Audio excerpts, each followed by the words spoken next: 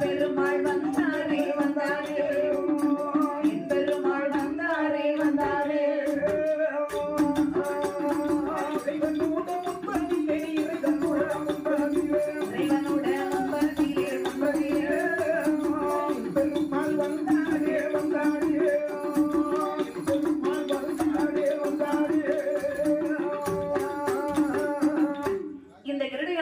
அமர்ந்து கேசவன் புறப்பட்டார். ஒரு சிறை உடைபிடிக்க மறு சிறையை காற்று வீச கேசவன் வருகின்றார். இருவிதமாகவே இறைவன் ஈசன் முன்பில் வந்து இறங்கினார்.